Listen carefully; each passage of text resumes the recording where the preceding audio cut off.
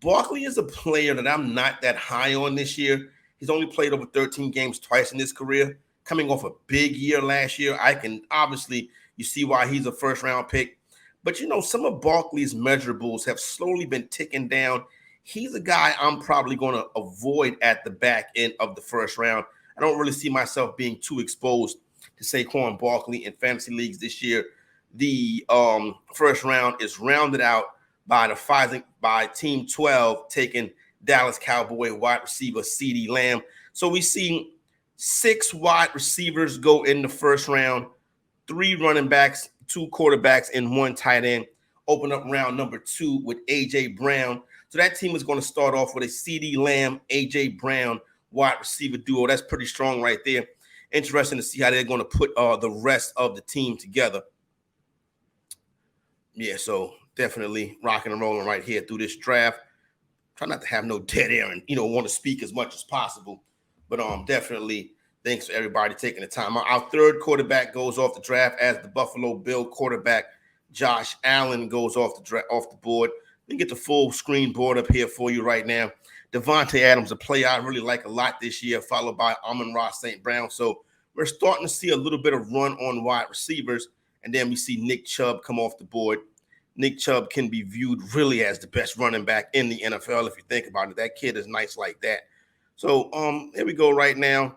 Bijan Robinson, this is unbelievable. Bijan Robinson falls all the way to 2-6. So now this guy gets a start. Team 7 gets a Bijan Robinson, Austin Eckler start. I don't know why Robinson would drop into the second round. That is unheard of. He's a guy I think is going to go in the top 5. I actually considered Robinson. I would have took Robinson as the first RB off the board here. You know what I'm saying? But, you never can predict the draft. And the way this draft started, I really don't think I had any choice to take Jeff. But pretty interesting. I'll be coming up in 2 picks here. And when I look at the draft board and what's available, like I said, I already have Justin Jefferson. There are running backs coming up right now. Tony Pollard is somebody I could possibly be taking a look at. Maybe even Derrick Henry here. I want to double up at the wide receiver position. Garrett Wilson is somebody that I'm very interested in. And as a matter of fact, I'm going to go with Wilson if he's available. And if not Wilson, then I'll go ahead and get Devontae Smith and bust up that stack. Jonathan Taylor is a very intriguing player to me, but I just don't know what he's going to be.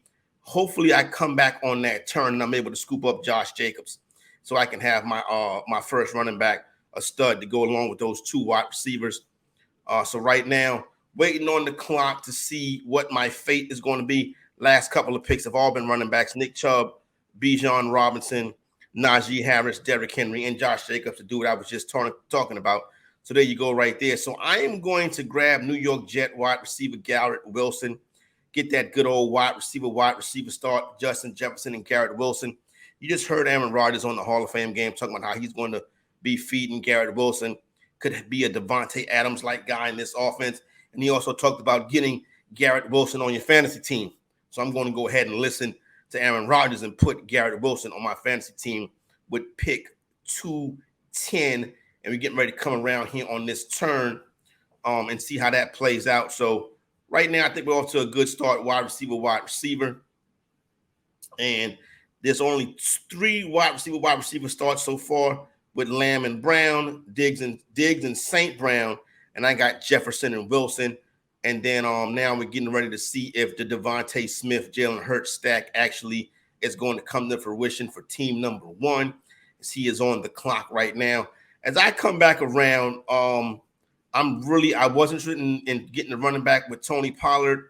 Now the running backs that are here, I would have to take a gamble on Jonathan Taylor. And I don't know if I want to do that. So we already can tell that this is going to be pretty tough to get the running back that you want. Mark Andrews goes off the board. So this guy goes with a Jalen Hurts, Ramondre Stevenson, Mark Andrews. Not sure how much I like that when he had the opportunity to get the stack.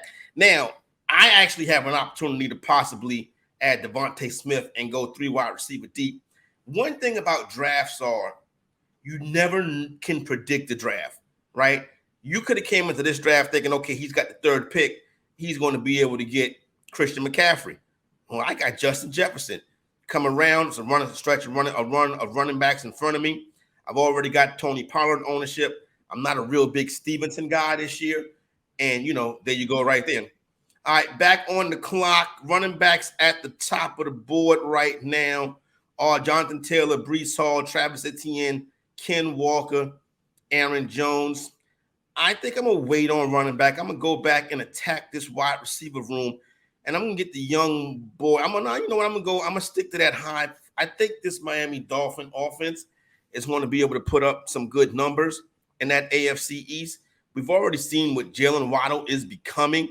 2 great years of putting up good fantasy numbers. It's so much speed on that Dolphin team, like how he played last year. So I'm going to go ahead and start with 3 wide receivers, and I got Justin Jefferson, Garrett Wilson, and Jaylen Waddle. Now, this was not the plan coming in. That's why you got to kind of be loose and free with your draft strategy,